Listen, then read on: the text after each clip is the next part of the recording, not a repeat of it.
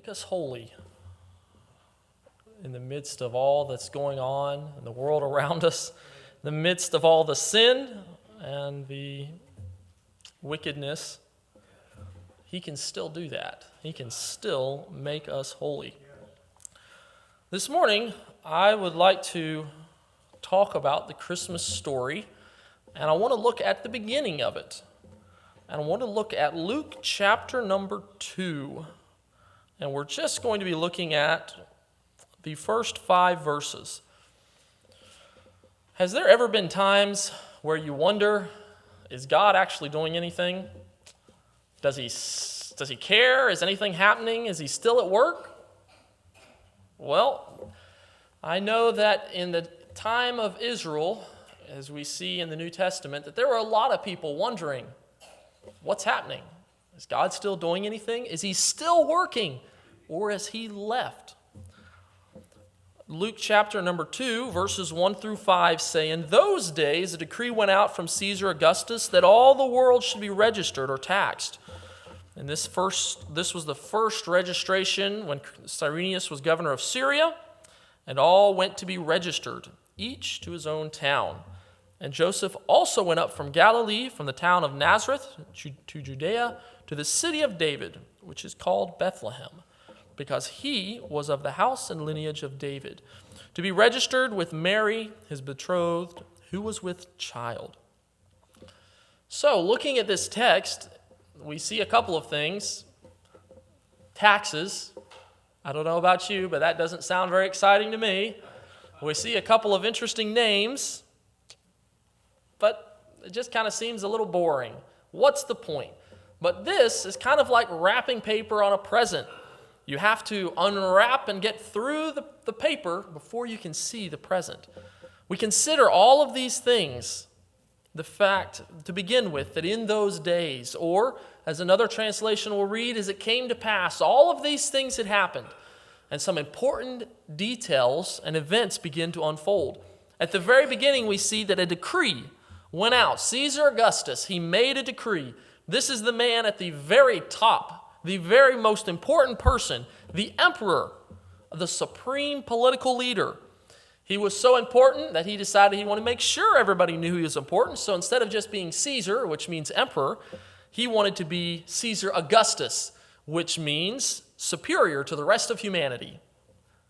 So the next time you think, man, that person certainly seems a little big for their britches, well, they're not calling themselves Augustus. This gentleman also had appointed himself to be the chief priest of the Roman religion. He was the most important. But not only did he have the title, did he make himself in charge of the religion, he also made sure that every coin that was printed had his picture on it. And underneath his image on some of these coins was written, Son of God. This man is important. This man is powerful. He's a very powerful person. And he wants to make sure that you knew the facts that he was in charge. It's very clear. Everything he's doing, he's the one that's in control. He knows what's happening. He calls for the entire world to be taxed or counted or registered. Not only did that mean paying something, but it also meant that he wanted to take account of all of the people in his empire. Because what says power, like having a really big number and say, I am the ruler of however many millions of people. It would be connected with the census, and he wanted to raise some money. He wanted to do some more building and make sure that everybody knew, not just while he was alive, but everybody knew for after his death that he was the most important. We see 4 times it mentions this registration or this taxation. We know one thing about the Romans, and that was they loved to build. The Romans, you see their aqueducts, some of which are still standing. We see the different buildings, the Colosseums that they made. In some places in Italy, you'll still see the roads that they made. They were just building things all across their empire. And at this point, when he makes this decree, the world jumps into action. And all of a sudden, everything in the Roman Empire, everyone must be counted.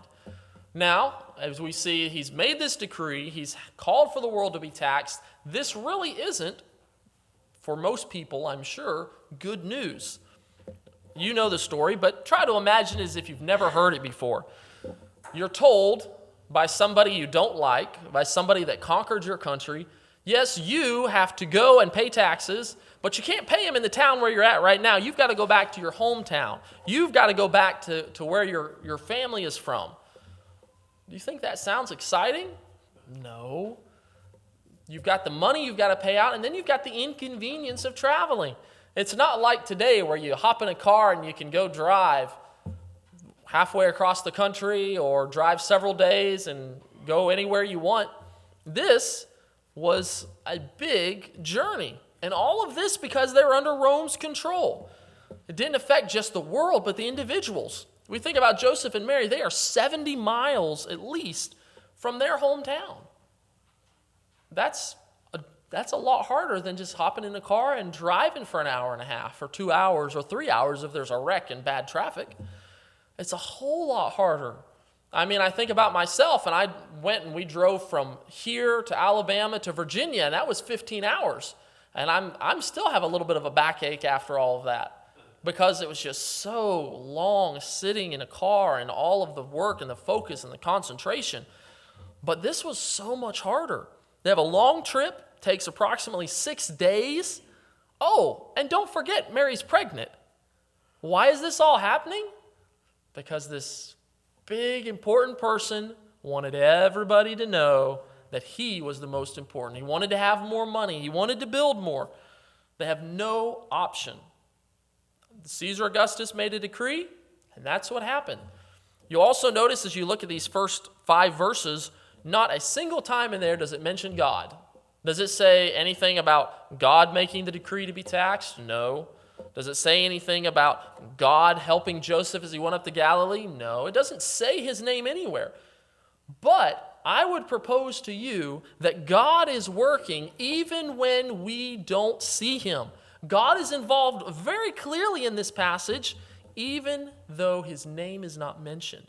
The Lord is actively at work, even when we are confused.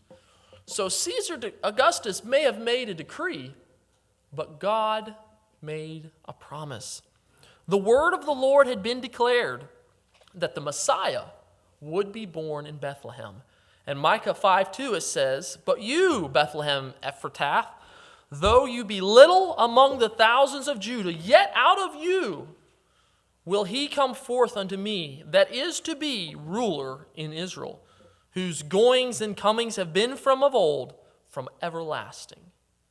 Specifically, around 600 years ago, before any of this happens, it is declared that he will be born. Specifically, this Bethlehem, specifically here, a small, unimportant town of roughly maybe 200 families. That's not very many. You could say that if they had 4 people in each family, and you'd be under 1,000, so maybe at least 1,000 people. Not very big, but small enough that the shepherds could find a manger with a baby. So let's just kind of look at this a little bit. Why in the world would he have been born in Bethlehem? Well, it was a very symbolic town. Bethlehem means the house of bread. It may have helped supply Jerusalem with bread at one time, or it may be that the bread of life would be born there. The one who feeds hungry souls, the one whose body would be broken as bread, Christ. And where would he be born? In the house of bread, Bethlehem. But it was also a royal town. It was the birthplace of King David. He was the one who had been promised to have an everlasting dynasty, the one from David's line that would be the King of Kings. He would rule in men's hearts and lives. So Caesar Augustus made a decree, but God made a promise. And in fulfilling this promise, he uses man's plans and decrees to accomplish his will. God gave the details, and he then worked out the details. He said, here's exactly how it's going to happen. Here's exactly what's going to happen. And then he fits all the pieces of the puzzle. We see Caesar Augustus declaring to be the strongest, declaring to be the mightiest, supreme over humanity. And yet he's fulfilling biblical prophecy. God is working through Rome. He is directing what will take place in Bethlehem. There's only one verse that promises Bethlehem as Jesus' birthplace, or very clearly declares it.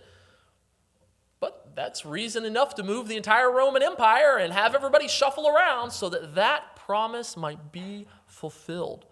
Caesar made a decree, but God made a promise. It was not realized by many of the people of that day. Why? Because our view is not always God's view. God is working even in confusing and difficult circumstances. God moves in mysterious ways. His wonders to perform, he plants his footsteps in the sea and rides upon the storm. Deep in unfathomable minds of never-failing skill, he treasures up his bright designs and works his sovereign will. Blind unbelief is sure to err and scan his work in vain. God is his own interpreter, and he will make it plain. God is sovereign, in control, and on top of every single situation. He uses all things for his glory. We see in this passage very clearly that while there were man and there was humanity and there was all sorts of different things that they were trying to accomplish, their goals, their plans, their wishes, God was still in control. He had all things planned for his glory. He brought Mary and Joseph to Bethlehem. Why? So that the promise of the prophet might be fulfilled. The promise that God had given to share, it was fulfilled. So we look at these first 5 verses and we may think, well, what's the point? Does it really matter if we have all these details in this background? Why, yes, it does. They remind us that God is involved even in the details. The problem of the moment may be the blessing of tomorrow. Many times we don't always see the results, but God is still at work. And there are times also when we are able to see what God has done. Many times when somebody is sharing a message or sharing the gospel or sharing the word from Scripture, sometimes it may seem to be a little difficult to connect, and it may say, well, I really agree with that truth, and I trust that God is truly at work, and I believe that. But sometimes it may be a little difficult to internalize that, to really live the fact that God is at work. So I have a story that I'd like to share with you in closing. It's a little lengthy, but I hope that in the midst of your days as you're going through Christmas, you'll be able to be reminded that even though things don't always appear to be the way that they should be, that God is still at work. It was a Christmas time long ago where men everywhere were gathering in their churches and women were gathering to wonder anew at the greatest miracle that the world has ever known. And this was told to be, as I understand it, a true story. But it didn't happen in the same way that you and I may have planned it out. It happened to a pastor who was very young early in his ministry. He was still learning everything that it meant to be trusting God and to understand how he works. But his church was very old, very, very old. And once a long, long time ago, it had flourished. It had been quite a large, magnificent church with many people. Famous men had preached from its pulpit, and many had prayed before its altar. The rich and poor alike worshiped there, and it was built beautifully as they contributed to honoring God with their talents. And now it appeared as though the good days had passed, not just from the church, but also the area of town in which it was built. Everything seemed to be run down, and people were leaving. It wasn't that same great church that it once was, that beacon in the community. And so as this pastor and his young wife had arrived, they believed that what they needed to do was they needed to revitalize their church. They needed to repair it. They needed to make it appropriate and an acceptable house of worship. They said, with some paint, some hammer, and faith, I think that we can get this in shape. And so together they began to work. They began to go to work. But unfortunately, in late December, there was a severe storm that ripped through that valley where they were, and there was a river. And unfortunately, the worst of the damage that happened to that little church. There was a huge flood, and there was a portion of the wall that had a major leak, and it was right behind the pastor. It was a big rain-soaked piece of plaster, and it just fell out behind the pastor, the pulpit, and the altar. So the pastor and his wife sorrowfully swept away the mess, but they had a massive hole. What could they do? They had to do something about it. So the pastor looked at it and had to remind himself quickly, and as he spoke to himself, "Thy will be done." At GBS, we had a professor that would always quote Psalms 34:1 as he was encouraging himself in the Lord, reminding himself that God is still in control. His wife was weeping and saying, "Christmas is but only 2 days away." So that afternoon, the dispirited couple were attending a small auction, a benefit auction that had been for their youth group that was at the church. As they were there looking and watching, the auctioneer opened up a box and shook out, and it had a handsome gold and ivory laced tablecloth. It was a magnificent item. It was approximately 15 feet long, but it too was old and dated. It looked appealing, but you could clearly tell that it was worn. It was not new. It was very old. But who today had any use for such a thing? But then the pastor had an idea. He had such an excellent idea. He said, "You know what? I bet I can get that." He said, "I bet that will work just perfectly." So he bid and he got it for $6.50. And what did he do?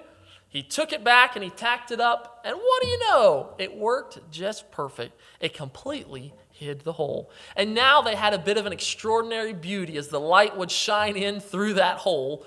It would begin to shimmer and it started to look quite dazzling. Handiwork that it had cast a fine holiday glow. It was a great triumph. And happily, he went back to preparing his Christmas sermon. Just before noon on the day of Christmas, as the pastor was opening the church, Christmas Eve, as the pastor was opening the church, he noticed a woman that was standing nearby at the road as she was waiting at the bus stop. And he called out to the woman and said, "Oh, it's going to be another 40 minutes before this bus arrives. Wouldn't you like to come in? Wouldn't you like to at least warm yourself?" And she said, "Well, I would." And she came in and talked to him and shared that she had come from a bigger city that morning. She was interviewing for a job, hoping to be a child care, or in those days called a governess, to the children of one of the wealthy families in town. But she had been turned down. You see, she was a war refugee, and her English was not quite perfect, as this was shortly following World War II. The woman sat down at a pew, and she was just kind of sitting there rubbing her hands, just enjoying being out of the cold. But she was just kind of praying and in and out, and she looked up, and she noticed the tablecloth, the lace cloth that it was across the hole. And suddenly she got up and she walked up right to it. And she looked at it. And the pastor smiled and started to tell her about the storm damage and how he had got it at the auction. But she really wasn't paying much attention. She took up the fold of the cloth and she rubbed it between her fingers. And then she exclaimed, "It's mine!" She said, "It's my banquet cloth." She lifted the corner and showed the surprised pastor that there were initials monogrammed on it. "My husband had this made especially for me in Brussels. There could not be another like it." For the next few minutes, the woman and the pastor talked excitedly. She explained that she was from Vienna and that her and her husband had opposed the Nazis when they had come to power, and as a result, they had decided to leave the country. And they had been given advice that they would be better capable of escaping if they traveled separately.